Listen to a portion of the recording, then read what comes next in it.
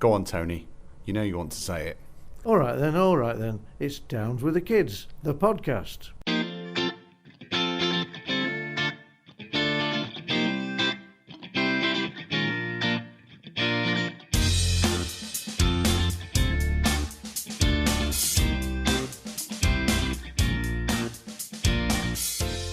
This episode, it's time to look at employment for people with Down syndrome. Getting jobs is still a huge challenge for people like my Stan, but let's travel to North Carolina, Boston, and back here in the UK in Derbyshire to hear from people with Down syndrome who are in the workplace. These days, attitudes are changing, and it starts not with what barriers are in place, but with what's possible. People with intellectual and developmental disabilities bring so many skills to the table that could be really beneficial to their business. That's in the USA, but there's a quiet revolution going on here as well. I work for McDonald's, Sainsbury's and Derbyshire Health. And we hear from a man who was trying to get all this sort of thing up and running in the 1980s. 30 years ago, we were much more obsessed by protecting people and avoiding risk than we are now. It's Downs with the Kids, the podcast.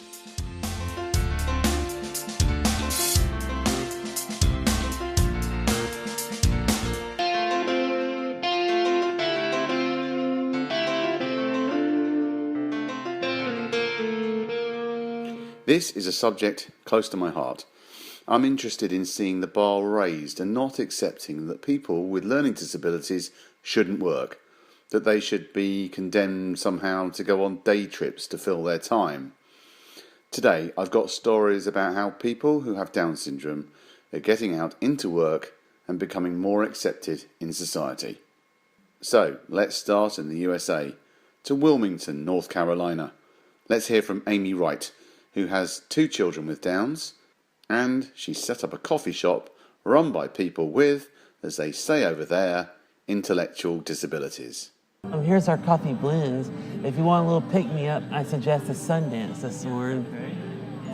My husband and I have 4 children, and Biddy and Bo are our youngest 2, and they both have Down syndrome. And while Biddy and Bo are not looking for jobs right now, it's on our radar. There's a statistic that somewhere between 70 and 85% of people with intellectual and developmental disabilities are unemployed. And we just think that's an embarrassment to our country. And we decided we'd do something about it. So Amy set up Bitty and Bo's, named after her children, and you can see the video at bit.ly/BEAUBITTY. The idea is that punters get a real experience of friendship over coffee, and the people who work there have an intellectual disability.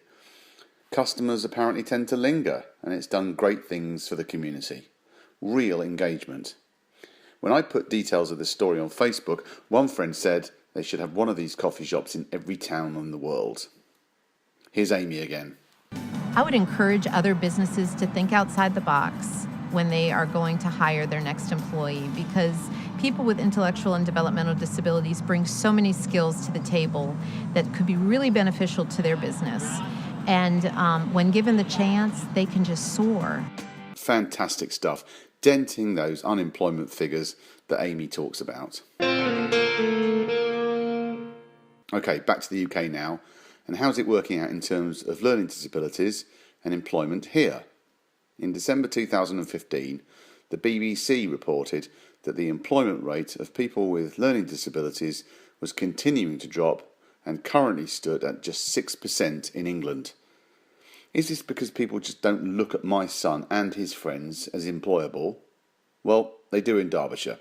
A county council scheme, you can see it at bit.ly/DerbyshireJob, is supporting people into employment with local companies and the council. People like Beth, who has a job in catering. I do all the cleaning, run the tables, sweep the floor. Beth has a routine that she goes through to make sure everybody gets their tea breaks on time and is supplied with what they ask for. Yeah, I do. I loved it. Yeah, I really love it, yeah. She's got a pivotal role here, and when she's not here, it's really noticeable, as in, well, I thought you were doing tea. Who's doing tea? You know, So it can become a bit of a scramble. I collect the equipment, I know the dishwasher, and I put it in.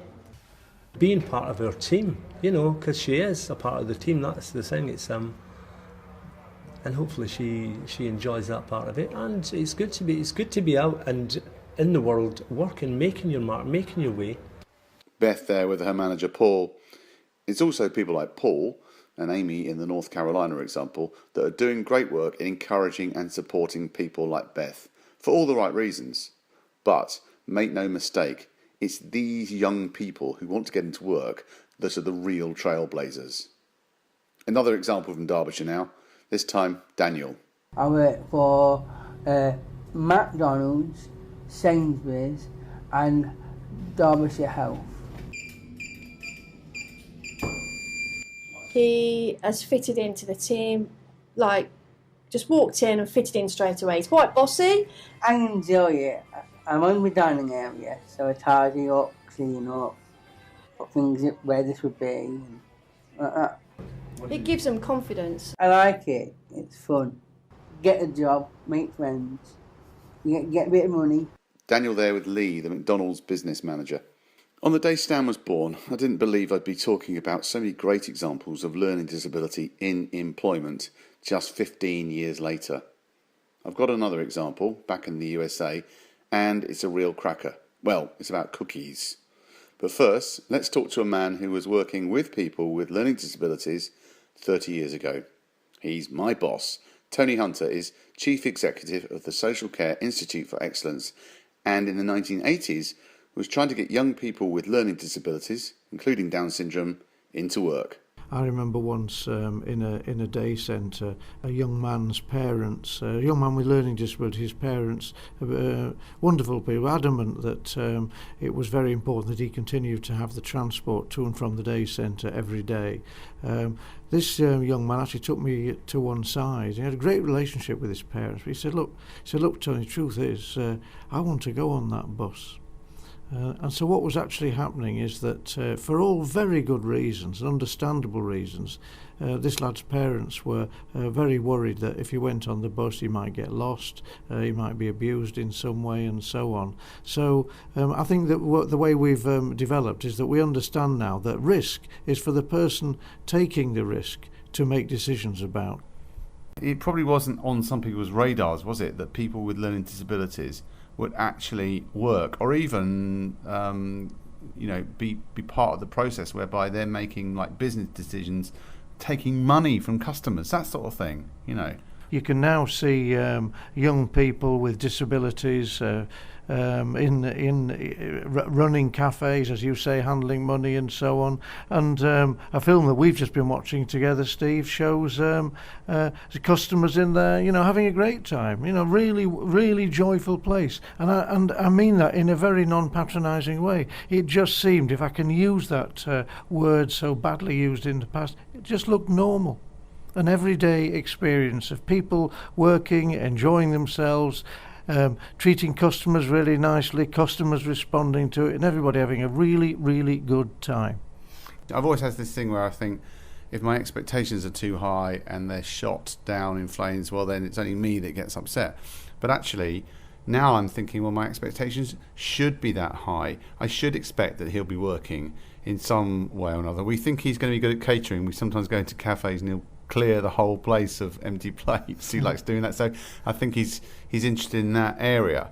But yeah, as I say, my expectations should be high, shouldn't they? And I think the way that we're moving, there's no reason why people can't have high aspirations for every child. Parents have good professionals working alongside parents and so on should share that aspiration as well. And if they don't, they shouldn't be in the job, frankly. What about people in professions, sort of health, social care, education?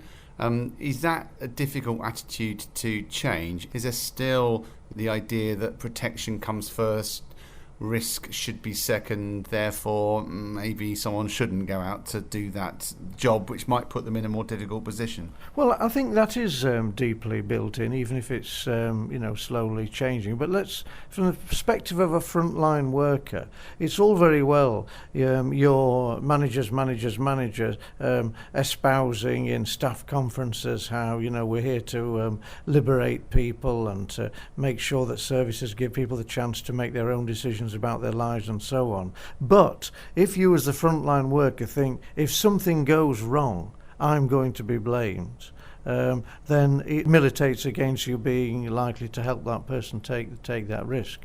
I mean, we all take risks in lots of different ways. Every day, really, we make decisions about that. There is no reason at all why, simply because someone has learning disabilities or any other form of disability, that they should not be making decisions about the risks that they want to take. Properly informed, properly supported, but it is their lives. It's not yours. Tony Hunter. How things change.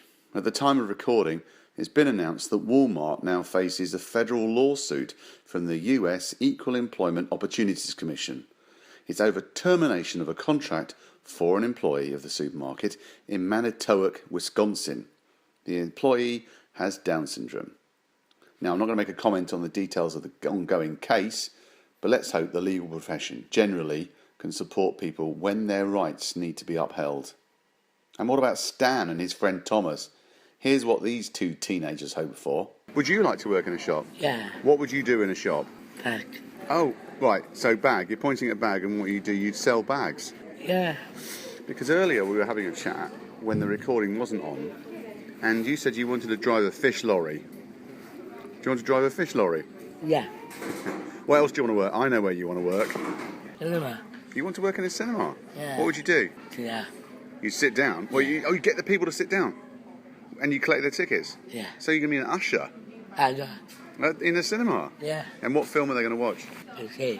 BFG, the Big Friendly Giant. They're going to watch the Big Friendly Giant, and you're going to help them into their seats? Yeah. Oh, that'd be cool. What do you want to do when you grow up for a job? My job, when I grow up, I would like to be a singer and sing all the lovely songs to you. That's brilliant. You want to be a singer and sing all the lovely songs to us? Yes, I'll show you my singing now. Oh, who be you? I want to be like you. I want to walk like you, talk like you. It's true, we'll see it's true. Who be you? Someone down to be like me. Tell that to me, who meant to.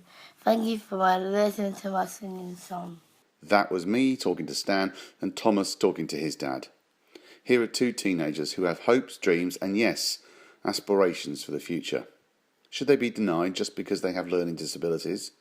It's Downs with the Kids, the podcast. It's Downs with the Kids, the podcast. It's Downs with the Kids, the podcast. Just to prove the point, to finish this podcast, we hear a story about how the cookie crumbles. Now, a bad reporter would say that Colette DeVito's story is heartwarming, but Ryan Cath from CBS in Boston put out a fantastic account of the 26-year-old's cookie business. He reports that this aspirational woman, who got turned down for several jobs, refused to accept defeat and is now a businesswoman. It's at bit.ly/Boston Cookie with IE on the end. Here's the reporter and Colette introducing her business. So this is 1 cup. Spend a few minutes in the kitchen with Colette, and you'll quickly see her passion at work. I love to bake. We got a front row seat as the 26-year-old made a fresh batch of her amazing chocolate chip cookies dipped in cinnamon. Add 1 more egg. And Mum recalls the moment when she realised they were onto a good thing. You could sell this cookie. Colette now sells to a local store. Here's the manager. First of all, we have to chase the employees away because they want to eat them. So there's no reason why the business can't go from strength to strength. You want to be a big company? I do, yes. That's my dream. Not for the money or success, so she can hire people around the country with disabilities. You hear those things as a mom, you got to be pretty proud. I'm incredibly proud. If there's one thing, if there's one gift that you can give any child, it's that kind of strength. Because when doors have closed for her, she's found a way around them, or she's found another door to open that's might even be a greater path for her. In Boston, And now it's done. Ryan Kath, WBZ News. Colette's out there to make a success of her business and in the process cut a swathe through the barriers that people like my Stan face. And it gives me hope for the future.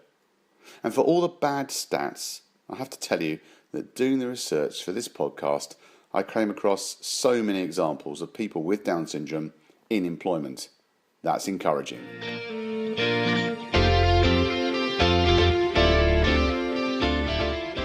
The last word goes to coffee shop manager Maddie Ashcraft in Bowen Bitties in Wilmington, North Carolina. There is a different level of hospitality when you walk into this place, and I just think it's because you are welcomed. It is the most genuine thing you'll ever feel. Thanks for listening.